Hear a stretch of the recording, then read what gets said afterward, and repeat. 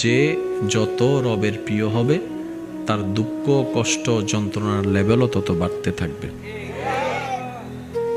আল্লাহ তাআলা এই পৃথিবীতে যাদেরকে পরীক্ষা করেছেন সবচেয়ে বেশি পরীক্ষা করেছেন নবী রাসূলদেরকে। সুবহানাল্লাহ, সবচেয়ে বেশি। হযরত আইয়ুব আলাইহিস সালাম যখন সারা শরীরে এই নিয়ামত নিয়ে, আল্লাহর দেওয়া এই নিয়ামত নিয়ে, স্ত্রী যখন বললেন আপনি দোয়া করলে তো কবুল, নবীদের দোয়া তো কবুল, বললেই কবুল, আপনি একটু বলেন না আল্লাহ আপনাকে সুস্থ করে দেখ, কারণ আপনার কষ্ট তো আমি সইতে পারতেছি না, দেখতে পাচ্ছি না। কারণ স্বামীদের কষ্ট বউরা সইতে পারে না। তখন আইয়ুব নবী বললেন আমার দোয়া করতে নিজের জন্য লজ্জা লাগতেছে। আশেক কেমন হয়? আমার নিজের পক্ষে নিজের জন্য দোয়া করতে আল্লাহর কাছে লজ্জা লাগতেছে। এই কি করছো? যে যেমন আছে বসুক না, আমি বুঝতেছি, শোনো। একবার বলেন আলহামদুলিল্লাহ। হযরত আইয়ুব নবী বললেন কি, আমার নিজের জন্য আল্লাহর কাছে কিছু চাইতে আমার লজ্জা লাগতেছে। তোমার কিছু দরকার হলে বলো, আমি তোমার পক্ষ হয়ে আমার রবের কাছে সুপারিশ করব। আশেপাশের কারো যদি কোনো দরখাস্ত থাকে আমাকে বলতে বলো, আমি তার পক্ষ হয়ে রবের কাছে ভিক্ষার হাত পাতব। আমার দুশমনের যদি কিছু চাওয়ার থাকে আমাকে এসে বলতে বলো, আমি রবের কাছে বলবো। আমি আমার জন্য বলবো, আমার লজ্জা লাগতেছে। আপনার জন্য আপনি চাইবেন, লজ্জা কিসের? বলে যে যিনি বছরের পর বছর সুস্থতা দিয়েছেন। সুবহানাল্লাহ। আশেক প্রেমিক কেমন হয় দেখেন। হযরত আইয়ুব আলাইহিস সালাম বলছেন অন্যের জন্য দোয়া করতে রাজি, নিজের জন্য লজ্জা লাগছে।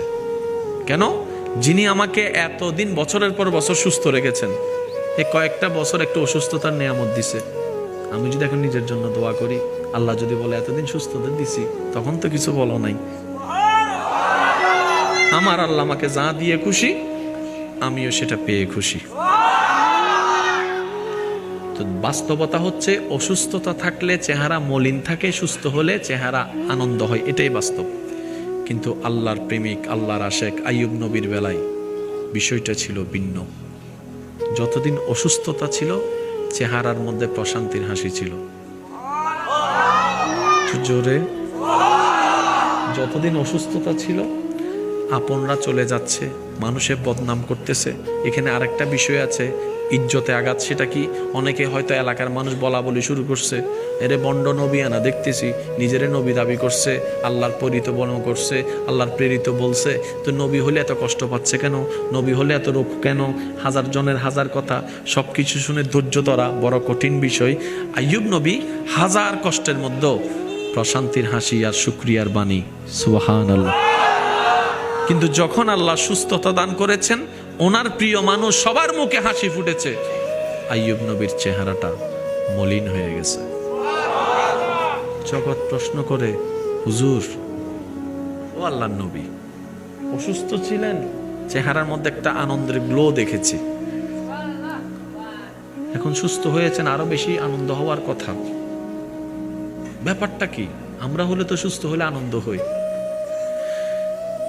আইয়ুব নবী বললেন, তোমরা বুঝবা না, যতদিন আমি অসুস্থ ছিলাম দেহ আমাকে কষ্ট দিয়েছে, আত্মীয় স্বজন আপনরা আমাকে নিয়ে ঠাট্টা করেছে, তাদের কথা আমাকে কষ্ট দিয়েছে। শরীরের সওয়ার ক্ষমতার চাইতে বেশি শারীরিক কষ্ট আমাকে কষ্ট দিয়েছে।